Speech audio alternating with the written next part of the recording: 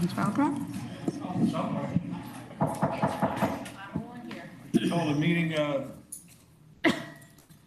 committee meeting of the Personnel Insurance Curriculum.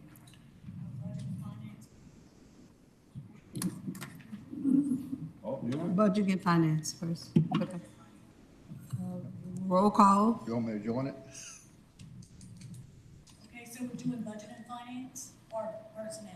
We do it doesn't matter to me. But the thing that pulled up is the budget and finance. Let's do personnel first. Budget and finance pulled up first. Okay, we're going to personnel.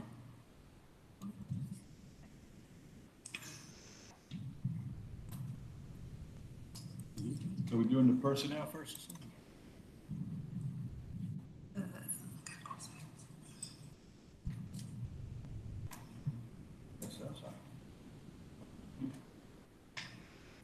Okay. Roll call, please. District 3, Dino Abear. District 7, James Higginbottom. Here. District 4, Becky Atkinson. Here. District 6, Ike Richard. Here. District 8, Milton Seymour. Here. I'd like for Ms. David to lead us in the prayer and Mr. Richard in the pledge, please.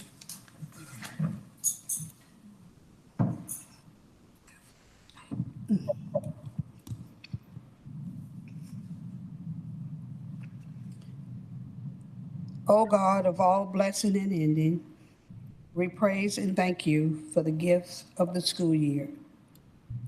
It has been a time filled with grace and blessings, with challenges and opportunities, joys and sorrows. The days have passed quickly, O Lord. The week, the month, the season, the holidays, the holy days, the exams, the vacation, the breaks, and all the assemblies, all have come forward from your hands. While we trust that your purpose have always been at work each day, sometimes it has seemed difficult to understand and appreciate just what you have been up to in our schools. Give us the rest and refreshment we need this summer. Let our efforts of this past year here be bear fruits. Bring all of your plans to a joyful conclusion and bless us according to your will.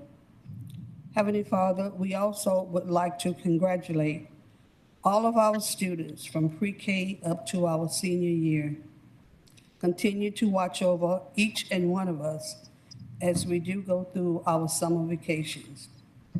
For this, I pray. In the name of Jesus, amen. Amen.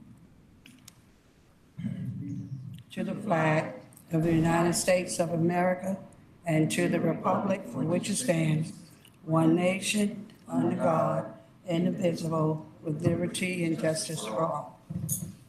Thank you, Ms. David. Thank you, Mr. Richard. Receive update from Head Start.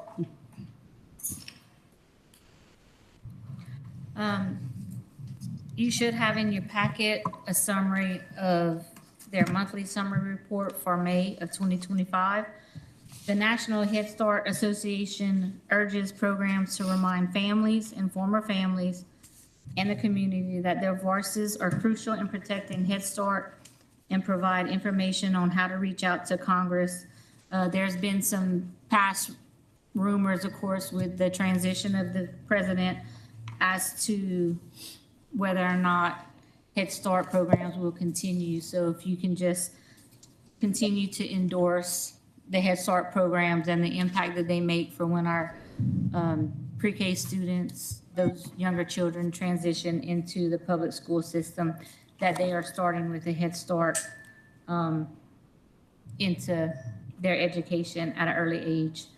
As of today, Head Start has not received a notice of award for their application that was submitted on March 28th of 2025. So they're still awaiting the award for their application. We'll keep you updated on that. Thank you, Ms. Tall. Consider approval of state travel request for Iota High School cheerleaders and dance line to go to perform at Disney World in Orlando, Florida from February 18th through February 23rd, 2026. I so approve. I have a I'll second motion it. by Mr. Seymour, a second by Mr. Richard. How y'all doing? Good. Good afternoon. Good afternoon. Good evening to Superintendent Hall and members of the board. On behalf of the Iota High School cheerleaders and dance team, we request permission to travel to Disney Orlando, Florida to participate in Disney's Imagination Campus, which is a performance in Disney Springs that showcases both teams' talents. The cheerleaders and dance team applied by submitting an audition in which they were accepted and would love your support to travel to Florida and represent Iota High and Acadia Parish. Thank you. Thank y'all. We appreciate you coming in. I just want to tell you how much I appreciate these girls coming. They got off practice at 4 o'clock and they hurried up and got their meeting for 5 o'clock. Y'all don't plan on bringing this guy with y'all, huh? No, Y'all gonna drop him off on the side of the road before y'all get to branch. I have a motion and a second. Any comments or questions from the audience? Comments or questions from the board? All those in favor of the said motion signify by saying aye. Aye. Those opposed, nay. Ayes have it, motion carries. Good luck, girls. Thank you. Y'all have safe travels. Thank y'all for coming. thank y'all for Good coming, luck. gang. 2.3, consider approval of out-of-state travel request from Midland High School Family, Career, and Community Leaders of America to the FCCLA National Leadership Conference in Orlando, Florida from July 5th through July 9th. Also move. Have a motion by Ms. Atkinson, second by Mr. Quibido. Comments or questions from the audience? We do have some representatives, I believe, from Midland here, if y'all would like to come up and say anything. Do you have anything you would About like the to share trip? with us? Ms. Dorian, you want to say a few words? You can come up to the mic. Okay. Thank you. Have a motion and a second. Any comments or questions from the audience? Comments or questions from the board? All those in favor of the said motion signify by saying aye. Aye. Those opposed, nay. Ayes have it, motion carries. 2.4, consider approval of out-of-state travel for request from Branch Elementary to attend a National Beta Convention in Orlando, Florida from June 29th through July 3rd. This is Quinn O'Pry. I am her former principal. She now attends Branch Elementary, and at the Louisiana Beta Conference, she placed second and will now be advancing to nationals to represent Acadia Parish and Branch Elementary. And this is her project. Quinn, why don't you tell them about it? So this is a blue heron.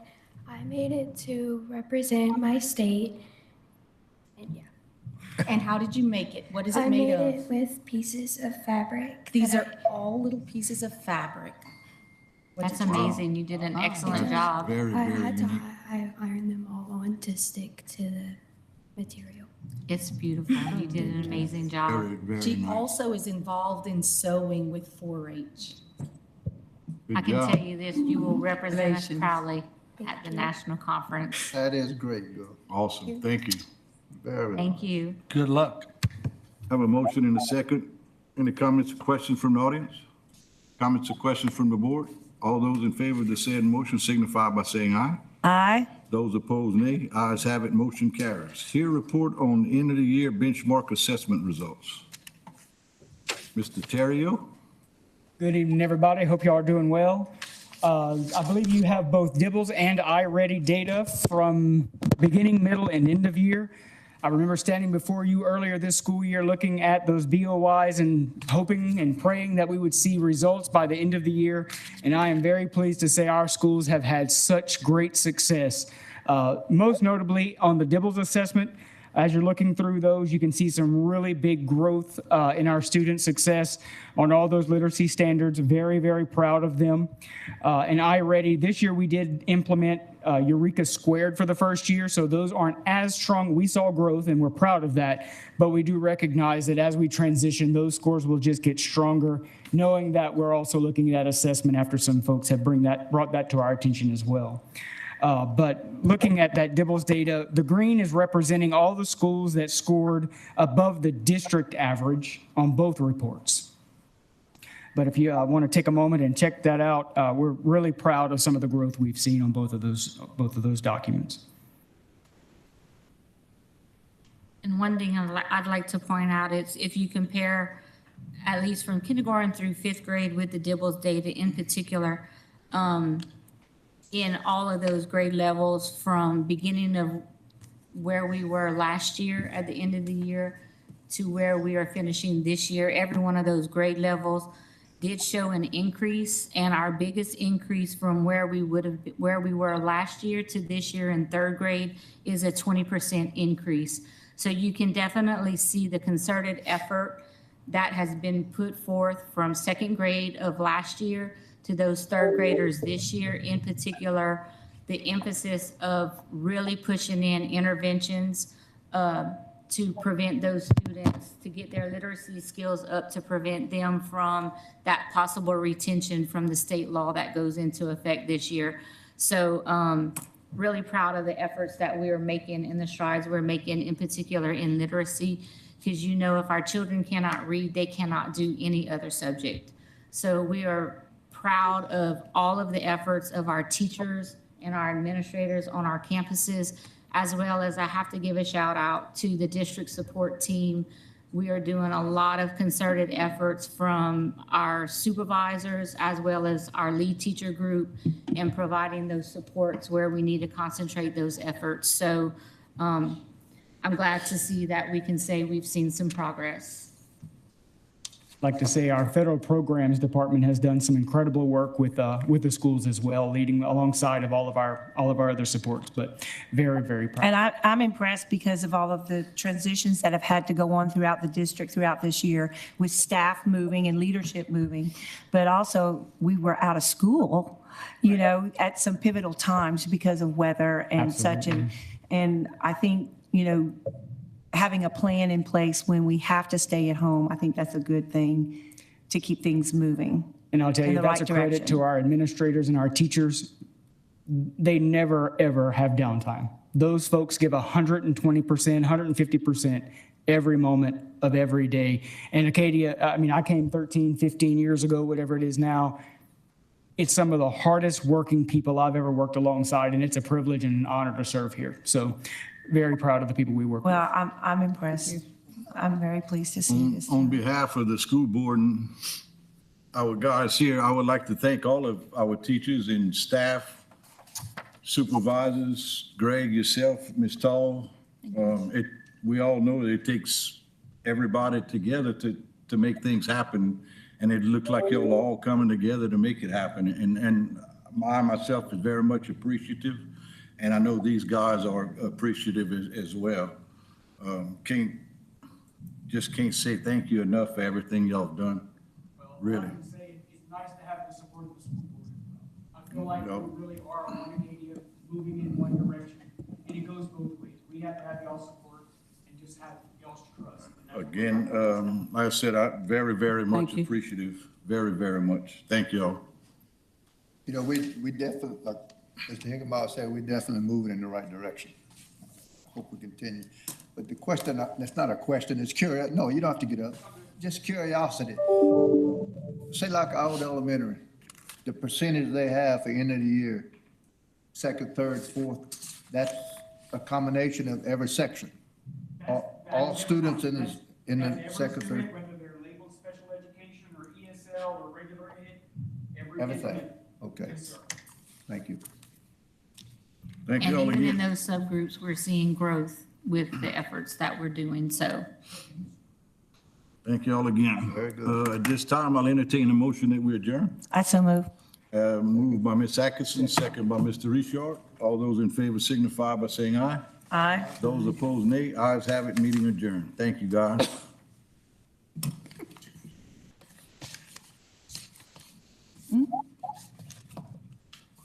We missed something?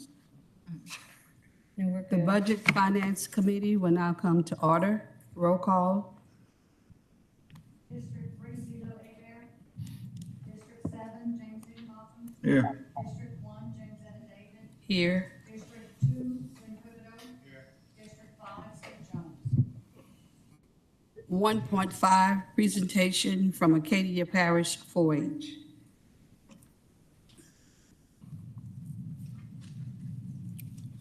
I know he ain't representing nothing. Thank y'all for rescheduling us. I know we were scheduled to come, but then the rain came. So thank y'all for having us. My name is Kayla Segura. I'm one of the 2 4-H agents in Acadia Parish. And today I'm going to give a brief overview of the LSU Ag Center, the goal of the LSU Ag Center, and the resources that the Ag Center provides. So the Ag Center, the goal of the LSU Ag Center is to take the research-based information from the university level and deliver it to the people of Louisiana. We serve as like the local arm of cooperative extension. Here in Acadia Parish, we're proud to be co-curricular within the school system where we engage with our students. The first touch is through the traditional 4-H club meetings. And I'm joined here with Ms. Danny Perkle, who also serves as a 4-H agent with me, and she'll go into the 4-H part in just a moment. Our office here in Acadia is made up of a team of agents, each specializing in different areas. So we have a LSU Ag Center office in each parish. And in Acadia, we have an Ag and Natural Resource agent. That's Mr. Jeremy Hebert. Some of you know Jeremy, he's been here a while. But our newest hire is Miss Mariela Estrada. We recruited her from New Mexico. She has a 70% horticulture appointment and a 30% 4-H appointment to help with the horticulture-related educational component of 4-H. We also have nutrition as part of our extension office. We share a nutrition agent with Jeff Davis Parish. We're currently in the hiring process, working to select that individual who will be between both parishes. Most of you are familiar with Ms. Quintella Fontenot. She's a FNEP nutrition educator working on a federal grant. She is within the schools doing nutrition-based education. We have a special agent, a specialized agent who does state crawfish appointment. His name is Mr. Todd Fontenot, and he is domiciled here in Acadia Parish, which helps our local producers. Additionally, we have our administrative assistant who helps us manage the day-to-day task in our office. So the point of me telling y'all who we are within Acadia is so that I encourage y'all to come out to Extension. If you have questions, you need assistance, we may not have a person here in Acadia that could help with every question, but if we don't have them domiciled in Acadia, we have access to the agents across the state. So if we don't know the answer, we're gonna work to get it for y'all. Now, the whole point of us coming was to touch on 4-H, and that's our primary reason. You guys play a crucial part in that. Y'all help with funding our salaries. We wanna express gratitude on that. And y'all contributions do not go unnoticed. So when Ms. Danny Perkle is gonna talk, I'm gonna turn it over to her in just a minute. She's gonna talk about the aspect of 4-H and the impact on our youth. With that being said, you all got a packet. The extension side of the packet is what I went over. This is an Acadia Parish profile. You can have access to all of those agents I mentioned. In here, it tells you how to get a hold of those people and also some facts about Acadia Parish. Then we have the Extension Annual Report. It's a little booklet that looks like this. Goes over each programmatic area, and it's the Louisiana report. We're proud to say that Ms. Danny Perkle has made it on the back of this year's annual report. And then last but not least, a lot of people are not sure of the funding and the overview of the LSU Ag Center. How is it part of LSU? How is it also funded by local government and school board? That's all addressed in this infographic, which is also in the right hand of your packet. All right. So now I'm going to turn it over to Ms. Danny, and then, of course, open the floor for questions. Thank you. Good evening. Like Kayla said, my name is Danny Perkle, and I joined the Acadia Parish Ag Center on June 1st, 2024 of last year as a youth development extension agent. And I've been working with the families and youth in Acadia Parish, and it's been incredibly rewarding to do that, and I look forward to continuing to do that and work with you guys to support our local agricultural communities and its youth. I want to extend my gratitude as well to all of you for your support for our Ag Center programs, whether it's monetary donations, in-kind support, such as buses for 4-H camp, or just taking the time out to come and judge some of our contests or provide resources for events such as Achievement Day, where we hosted at Midland High School. All of those efforts are appreciated and allow us to service the families and youth within the parish. In a world where our youth are struggling to find their purpose and lacking foundational life skills or struggling mentally, walking through life maybe with the inability to network and communicate with people, 4-H is a program that is preparing youth to be beyond ready for their future. Whether it's trade school or college or the workforce, 4-H strives to build youth who are capable and confident leaders and who will contribute to this fast-paced world that we're living in. For your reference, Kayla, we passed out the package and she went over the extension side. I'm gonna go over the 4-H side. You have a 4-H program overview, which looks like this. And then you have a school enrichment opportunity packet, which looks like this. And then we also have some state fact sheets, and I'll go over them in detail. Our 4-H program is currently active in 28 schools within the parish, and we are working hard with Ms. Tall to get into those schools we currently aren't in, so that all students are offered our opportunities to learn and grow through our true and tried research-based youth development programs.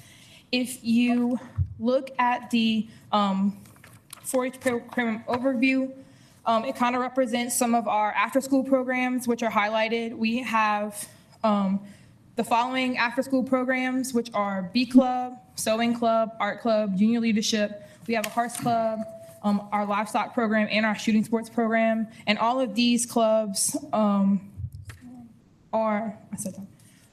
project clubs, which are offered after school outside of their traditional 4-H club meeting. And these provide a wide variety of programs where youth can find their spark and find an interest that they like and develop their skills within that project area. We also offer monthly club meetings where we provide educational lessons to schools during 4-H club meetings, along with a variety of workshops. Our youth that we cover are from 4th to 12th grade within Acadia Parish. And during these 4-H meetings, students are learning how to follow parliamentary procedure, communicate, and build public speaking skills, which most will use when they begin their careers after high school. Our program overview also reflects our 2024 numbers, which are our most current. Our fiscal year doesn't end until June 30th, so we'll have updated numbers next year. But as of 2024, our biggest club is St. Michael with 98 members. And then we have 138 volunteers within the parish recorded. And we have 1,141 youth total enrollment within Acadia Parish, and that number is steadily increasing. And we do our best to make sure that number continues to increase. We want everybody to have the same opportunities. So we're constantly trying to get with the times, update our programs, find something for everybody to be involved in. We have robotics and things like that we're trying to work on implementing as other projects come available within the 4-H program. We also have the to switch to the school enrichment packet. This school enrichment packet explains the school enrichment opportunities that Louisiana 4-H provides to collaborate with the 4-H program and the school system. These school enrichment programs are a minimum of 6 hours of instructional lessons, which are hands-on and activities for teachers to incorporate into their curriculum. They cover different project areas such as financial literacy for our high school age students, healthy living, farm to table with incubating education, where they hatch chickens in an incubator and they learn about the life cycles and stuff like that. We have wetlands and seed success, plant life cycles, things of those natures. And these school enrichment opportunities are open to all educators, not just those that are tied to 4-H. So it's free to all teachers, no matter no matter the grade level, there's something for every grade level. So if anybody is interested or if a teacher is interested, they can reach out to us and we will gladly set them up with the tools they need to be successful to implement these school enrichment opportunities. Our parish 4-H program also teaches youth that skills in the classroom can't always guarantee, such as resilience, adaptability, lifelong personal growth. We don't just prepare young people for the knowledge. We get them through life's obstacles by showing them how to conquer those challenges. If you take a look at the Louisiana 4-H Beyond Ready fact sheet, this shows you our enrollment numbers as of this past year, our state enrollment numbers, and that's steadily increasing. I know the 117,000 number is already increased as of this handout was given to us at the beginning of the month. So our region is the Southwest region, and we are currently second highest in engagement opportunities, and we're striving to beat the Southeast region always. But 4-H provides hands-on learning experiences regarding interview skills, leadership, communication, teamworking, and the ability for students to think independently. The last handout you have on the 4-H side is results from a survey we do annually. We send this out to youth and volunteers within the program, and it's optional for them to answer. But Louisiana 4-H has scored in the 90th percentile for all of the question areas where youth feel they have the ability to collaborate with others and work in team settings and set goals and achieve them for themselves. Your support is invaluable and enables us to make a meaningful impact on the lives of our 4-H youth and their families within the parish. And we want to thank you guys for committing to our 4-H programs and initiatives, and we look forward to working with you in the future. Thank you. Thank Any you. questions? Thank you. You have any questions? Glad to see that you got good numbers, 1,141 kids still in Acadia Parish in 4-H. That's good, awesome. Thank you. Thank you. I just see a decline in the exhibitors from year to year. Yes, the livestock project financially is expensive, so that's where we pride ourselves. Yes, livestock is important, but we do have other opportunities for those who might not be able to afford that project. Are there some schools where there's a desire of students to participate, but the resources there are limited, so the participation may not be there? Is that present? Regarding livestock, Enrollment? showing livestock or just joining? Just having membership and being active in some of these programs that you highlighted Yes, ma'am. that we have to offer. I just want to know, do we have a need of trying to assist in helping develop, the access to the program in some of our schools? Is there a need? So, we have, we in 28 of the 30 possible schools we can be in. We of course want to be in 30. With that being said, we tried to design the program that if a child maybe doesn't have transportation, they can still participate in things that don't require transportation. Right. We also have local funding that helps support major camps. So we are blessed to not have to charge the full amount for 4-H camp, 4-H University, which was formerly known as Short Course, and Challenge Camp, which is for middle school. And then within our contests or workshops, those cost a minimal, if any cost. Yeah. Depending upon I appreciate that in trying to meet those needs of that population. Now, just one other question. I don't know if it's just popped into my mind. Do y'all make contact with the Boys and Girls Club that's here in town? Are y'all collaborating with them to try to get in there and help with some stuff? Yes, I'm so glad you said that. So I spoke with Rotary this month, and then I met the guy that's helping with that initiative, and we have been in contact, which is a great way, because we I'm want so to be happy. collaborative, right? Yes, it brings so much, because that population that goes to that program may be in some of these schools that they can't participate there, but Right. they can do it at the Boys and Girls Club. Awesome. And That's great. the collaborative effort Yeah. is part of the program. You don't have to be a card-holding member Mm-hmm. to do every programmatic thing. We have like non-4-H activities, meaning that Right. it's open to. And I think just being in touch with them gets it out, because some people are not aware of their availability. So thank y'all so much for doing that. I appreciate that. Yes, thank y'all. Along those lines, you show St. Michael's with the largest school club. What about public schools? Which one is our largest? Yeah, I would have figured that. You know that figure, and is every school participating? Every school that can participate is 4th through 12th grade, and we in 28 of the 30. And all are active. And we do also have a Lucky Clovers Club, which is our homeschool club. For those who don't have a traditional school club meeting, they come and they meet at our office once a month and get the same information, same activities that we do with the school clubs, but at the office. So like virtual academy students here. Yeah. Can prepare, they would just, Virtual academy students that are involved. So when they register in 4-H, if they're not in a traditional school setting, they mark that day in Lucky Clovers, which is homeschool. Right. So whether that's the virtual school or homeschool, we don't capture. that. Okay. Okay. No, you answered my question. I was just wondering We what the working to get in participation level was at certain schools. Because I know, I hear about St. Michael's and their 4-H clubs all the time. yeah. Rain I Catholic rarely is hear another about big, a public big schools club. other than IOTA. Where's that? Rain Catholic is another Oh, big, okay. highly participated club. Branch. Right, Branch.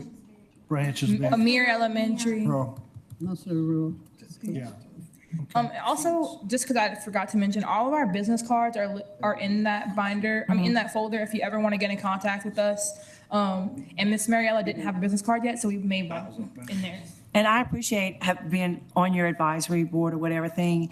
I couldn't do it this year, but I like seeing all the stuff you do. And I have a soft heart when it comes to the sewing because I like to sew. And it's a skill, a craft that got lost, but it's finding its way back. And like the young lady from Branch, that's an amazing type of quilting that is really cool. So In that Louisiana, the big book, the Louisiana 4-H annual report, our sewing club is actually highlighted in there because of their work with this on the state level for sewing. oh yeah, they have some wonderful adults that volunteer their time to They're do awesome. that. We so couldn't do it without volunteers. I know they are great. So And thank I can y'all. give y'all the breakdown of enrollment totals by club, specifically public schools, if you would like.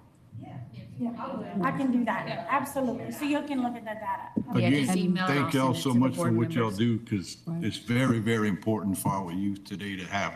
I was in 4-H, all my kids were in 4-H, Ike's the same thing, we would livestock. And that's the best program they got going, I guarantee you. Thank you Thank very you. We much. appreciate Appreciate y'all for everything y'all do. Yes, sir. Thank y'all. Thank you. Before the two of you all sit, I would like to thank you all too for involving me for the last 2 years on the board. Thank you. Thank you, Kayla. 2.1, review budget to actual comparisons on the general fund and all special revenue fund. Mr. Justin. Good afternoon, everyone. General fund revenue collections are currently at 82.91% at $75,841,284. Expenditures at 74.78% at $68,765,574. We're still projected a break-even budget at the end of the fiscal year with one big asterisk, depending on when the billing starts for the Crowley High HVAC job. That job's gonna start the beginning of next week. All the money's actually budgeted for next fiscal year, but if we get any invoices before June 30th of this year, it may cause a deficit in this year's budget. Again, it's just a one-time expenditure. It's the replacement of the air conditioning unit at Crowley High. That's all I have for the budget to actuals. If any of y'all have any questions this time. Need a motion? No. Thank you for that review. 2.2, consider expenditures for the 25-26 budget. You should have a handout at your desk. It basically starts, the proposed final fiscal year 25 numbers are in the middle of the page. That's what the board adopted on April 1st. And then you'll see any increase or decrease in expenditures. If you see it in red, it's an increase in expenditure. If you see it in black with a minus sign, it's a decrease in expenditure. Go through all the line items, but the very last page is kind of like just a summary of all the significant changes. Basically, The 5% reduction in Blue Cross Health Insurance saves the district $389,000. A TRSL rate decrease from 21.51% to 20.95% saves the general fund $50,000. School employees rate decrease from 25.8 to 22% is going to save the general fund about $25,000. We really took a hard look at staffing this year as it's become necessary with the increased expenditures throughout and the cost of living. We've had some tough conversations with all of our schools, and I mean, they understand where we're at financially, so everyone's doing their part. We really have not had any complaints from the school level. Reduction in 8 teaching positions through attrition, it saves the general fund $480,000, and a reduction in 6 para positions throughout the district through attrition saves the general fund about $150,000. The big one here, which has really helped, is the retiree health insurance savings from the Medicare Advantage plan. That saves the district right around $1.3 million. That was a great decision on the board's part to move with that, because the vast majority I'd say the majority of the retirees are all very satisfied with the program, with the health insurance. It's really saving them money as well. The architect fees, we actually paid $208,000 of architect fees out of this year's budget for the Crowley High HVAC, so we won't have that to pay next year. So that's a reduction in expenditures. We do have to increase basically the repair and maintenance buildings for about $150,000 to do some work on the alternative school conversion. Increase construction of buildings line by $1.8 million. That is just the Crowley High HVAC job. The good news is that is a one-time expenditure for next year. We really shouldn't have to touch it, hopefully. It's been 51 years since we've done it, so it lasts another 50 years. Decrease in property insurance. We have not gotten a final number. We were told to expect a 10% decrease, which is good when you consider, which is $200,000 in savings. So, and increase in textbook line items, about $500,000. ESSER funding went through September 30th, so we were able, of this year, so we were able to buy all of our textbook stuffs out of ESSER for this year. That money's gone, so the general fund has to pick it up, which, you know, every kid should have a high quality curriculum. So it's a good thing for the district. So in total, with the revenue and the projected expenditures, we're looking at a deficit of around $856,000. But I want y'all to take a look at the asterisk all the way at the bottom. The good news is that $1.8 million is a one-time expenditure. So if you take that out, you're really looking at about $1 million surplus, which, so you gotta take it all into comparison.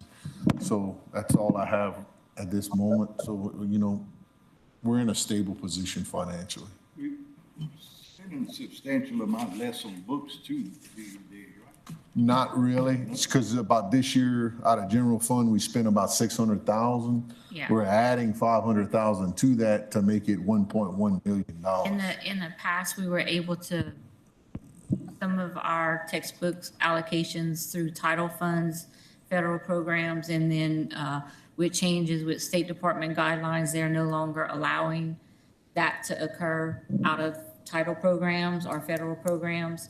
So, and we've seen a reduction in, we used to have an allocation that would come from that we could spend on textbooks from our struggling school labels if they were in CIR or UIR status. So that has all gone away. So we've kind of had to cost shift some things to general fund that we have not had to pick up the last 3 years with ESSER funds. I just would have thought it would have been less because of all the technology we have. Well, actually, the downside to that is a lot of the licenses that you're required, some of the companies will not sell you just the digital license, so then you still have to purchase some of the books. So while you get the digital, you still have to pay for some print material. So some companies, you can get just the digital license and some you cannot. And then with our lower grades, they can't function on just technology devices. So then all of that comes with kits and materials and manipulatives. So to put in the high-quality materials that we have, those costs have gone up. It's over $1 million. Yeah, it's over $1 million for textbooks. Thank you, Justin. I think y'all do a great job. That's, It's a tough Justin job. and his team does an amazing, It's, amazing job. Yeah. It's a total team effort. Everybody does their part. It takes the board, it takes everyone. Yeah. I've been knowing Justin since he was a baby in diapers, and he's always saved every penny he's ever made. You asked him if he had 25 cents, where was the 26, the number 26 was, and I guarantee he knew it.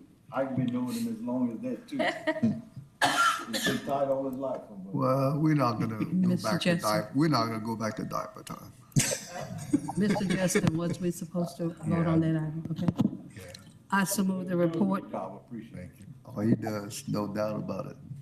I so move the report from Mr. Justin on the expenditures for the 2025-26 budget. I second.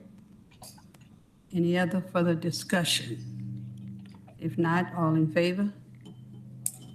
All opposed? Motion carried.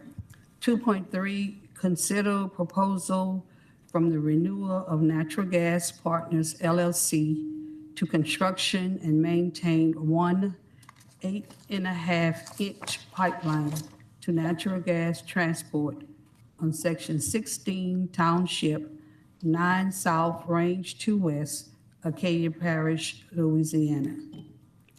We have Mr. Gerald Broussard here. He'll come up and speak and kind of explain to y'all. Y'all should have an attachment that shows is on the Jake Doré property that is currently being leased. It's basically a pipeline that would connect to an existing pipeline, but he can much better speak about it than I can. Thank y'all. Thank you. Thank you. Usually I deal with people one-on-one, another whole group, so you kind of got me at the disadvantage. Renewable Natural Gas Partners has entered into an agreement with the parish at the landfill site to obtain, build the infrastructure, and market the gas. And in order to do that, we have to cross individuals or other entities' property. Renewable came to I work for HPS Oil and Gas Properties in Lafayette. I'm a petroleum landman by education. Been doing this for pushing 40 years now. Renewable came to us and asked us to get a route which would eliminate going through individuals, but putting what money they had to offer into the parish. So they have an arrangement with the parish at the landfill, and we tried to find a route that would eliminate or reduce the amount of negative activity on farmlands, because you're going right through crawfish and rice fields out there. So the route that we have proposed takes us through the southern portion of the school board property. There is one change to that. Friday at our weekly meeting, they reduced the size of the line to a 4-inch line.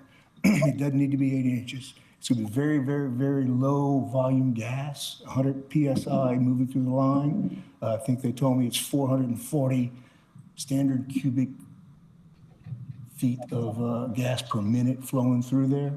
So it's a long-term arrangement. It's I guess you want to talk about green energy. They're trying to, move the landfill gas. They will take a little CO2 out of there as well to put it in the line. There will be a footprint required on the surface. It's a The carbon capture, This is not, if you want, I'm not qualified to tell you that is or not. This falls under what they call landfill gas. It's part of renewable natural gas, but the footprint that they will need is a 30-foot by 50-foot site, which will have a blending loop on it. The gas volume is so low that they have to actually purchase gas out of the transmission line. And they bring it, they blend the gas coming from the landfill, they compress it, and then they send it back into the line and it transfers out. And to do that, they're going to have to have a permanent access, a 25-foot access road. The site that they're looking at is about 1,000 feet off of the parish road into the property along the southern boundary of it. And they would also have to take power to it. I think Slimco is a provider out there. I don't want to misspeak. I think it's Slim. So that would also have to be at the site. The offer that they're making is, contingent upon discussions, but it's a fair offer for the size of the pipe and the volume of gas. We're not marketing an oil company's profits. We're doing everything we can to put the money back into the parish. All the vendors that they would use would be first bid to local, so they would try to use all vendors and construction companies, whoever would build the line would be first, bid out locally. I don't have any specifics or text on it yet, because they have to, before they can bid it out, we have to know where our line's going. So we've made a proposal. We have to cross one individual who's kind of tied his discussions to what we're going to do with the parish, or with the school board, I'm sorry. So that's basically it. Like I said, it's a long-term, low-volume gas. The 8-inch line, I think, might have been something they were thinking at as the landfill matures, the rate of gas would increase. But there again, they're still doing running a bunch of numbers and studies on what they're doing. This company has several sites at landfills that they're doing projects on right now. There's a big initial cost to them to build the capturing facilities and building the infrastructure to move the gas to market. So that's really all I can tell you all expertly, and I'm not an expert. So. Justin, with your expertise, what would your recommendation be for the board? This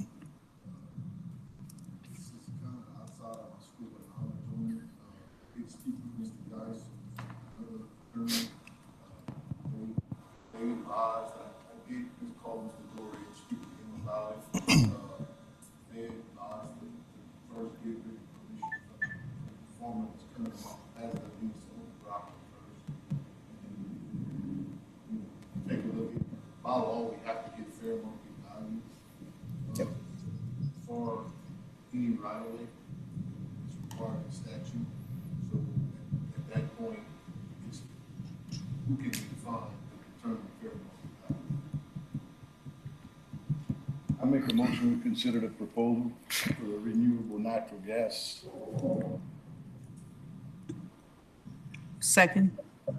Okay, it has been moved by Mr. Higginbottom, second by Ms. David. Any questions, discussion from the audience? Any more questions or discussion from the board? What's your name again, sir? Sir? Your name again? Gerald Brousseau. Gerald? I just have a question. We shouldn't table this till we get that stuff done that you mentioned? Like the permission from the former and the actual value? Should we not do that instead? Mr. Geis, you're on the call. Any suggestions for the board? I could not hear what just said, but I heard Lynn's. You could do a thing, two different ways. You could approve it subject to your receiving that information. Or you prefer and receive it. Right there. I lost you there. If you hear me? We lost that Kind of portion. breaking up, John. You could do two things. You could approve it subject to your receipt of this information. Or the second way would be to defer action until you receive the information.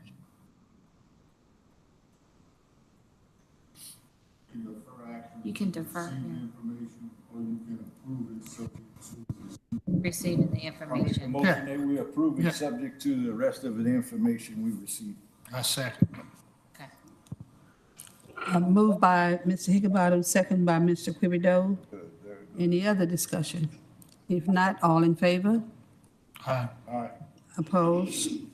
Ayes have it, motion carried. Thank you, sir. Thank you. Mr. Brousseau, appreciate it. 2.4, receive recommendations and consider approval of Head Start requests for employees incentives to 2024-2025. I make a motion we consider the approval of Head Start request for employee incentive 2024-2025. Approved by Mr. Hickenbottom. A second by Ms. David. Discussion from the audience, discussion from the board. All in favor, say aye. Aye. All opposed, ayes have it, motion carried. Consider bid received for the 2025-2026 official journal. Make a motion, we consider the bid for the official journal, 2025-2026. Second. Motion by Mr. Higginbottom, second by Mr. Quibido. Any questions from the audience? Any question, discussion from the board? How many we had?